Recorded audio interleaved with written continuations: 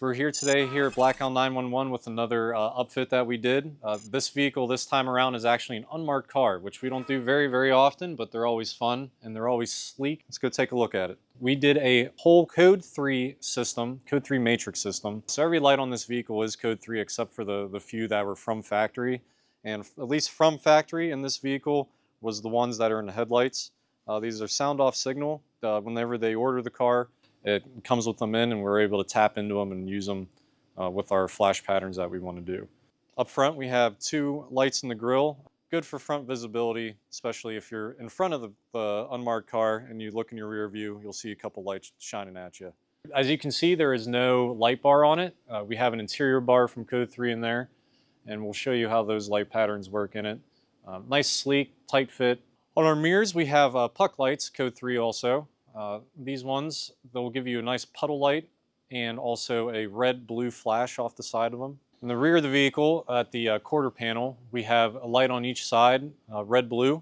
Those are also Code 3. Those are MR6s, I believe. And on the hatch of the vehicle, we also have two MR6s in there, but you can't really see them at the moment, probably because it is tinted pretty dark. On the roof, there is one extra antenna. We do need an antenna on this. They do have a radio.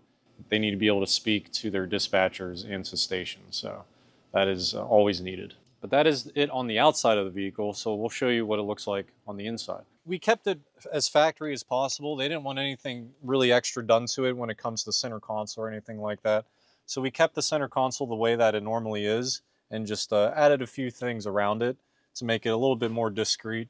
I know it's the inside of it, the vehicle, so being unmarked doesn't really matter what the inside looks like, but we wanted this to look as clean as possible and from factory. We have a remote mount from Kenwood here, and everything's all included inside of the remote right here. The rest of the brains on it is in the rear of the vehicle, so it's just out of the way, and you have all the space possible in the trunk of the vehicle. In the center console, when you open up your little armrest, this is where we have our actual controller at with the Code 3 system, and we have it mounted right inside there.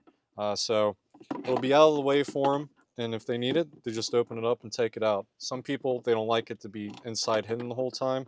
Luckily, Ford gives you this nice little cable route, so when you close that, you can always have it out and about if you need it. Makes it easy to get to. On the inside, you can see the light bar from in here.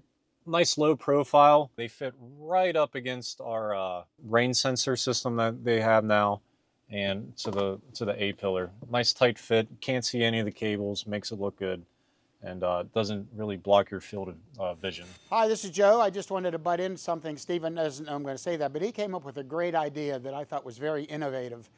Normally when we do a remote mount, sometimes you run into issues trying to figure out how are we going to fasten this thing down, especially if it's on the bottom of the, like underneath the seats or whatever. Stephen came up with the idea of putting magnets on the bottom of the mount itself, because underneath the passenger seat it was pretty much flat.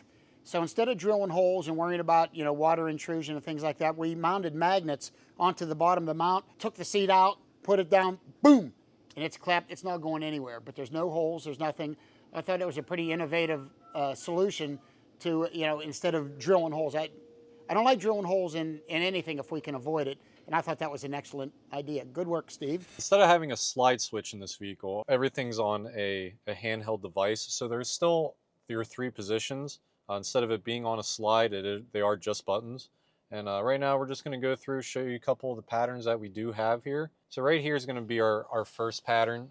This is slider position 1, as if it were to have a slider, but since it is buttons, it's just button number 1. That'll be the rear of the vehicle. We always do taillight flashers, quarter panel, and our rear hatch lights. We have position 2, which will be the full vehicle. Every light that is available will be flashing either blue, red, or a little bit of white in there sometimes. This is for full visibility. Lastly, on our slide switch would be number 3. Number 3 will look like number 2 whenever you're in park. Once you get out of park though, it'll do a little bit of a different pattern. There's also a couple other buttons that we have programmed for other light patterns. So we have one here that is for cruise lights. It's going to be every light around the vehicle with a little flicker every couple seconds into it. We always like to add this in on all our installs. It looks nice, good for parades, but it's also nice if you're parked on the side of the road, need to grab attention, but don't want anything too crazy going. We also have a couple different flood patterns, just two really. We have our alleys. So those are actually coming off of our puck lights, which is a nice thing. This is an unmarked vehicle, so it doesn't have a light bar up top. There needed to be a way to have your left and right alleys. So we put that in on our puck lights. And then there's also our flood from our light bar, interior light bar. Low flashback on these light bars from Code 3, which is very nice. Very, very bright looking forward straight ahead. It'll make your nighttime look like daytime. That is what we can make now. Ain't that pretty? Oh, wait, we're beeping. That is neat. Really neat. It's transparent. Okay, so as you see down through our little lens here, we got stuff on there already. It was a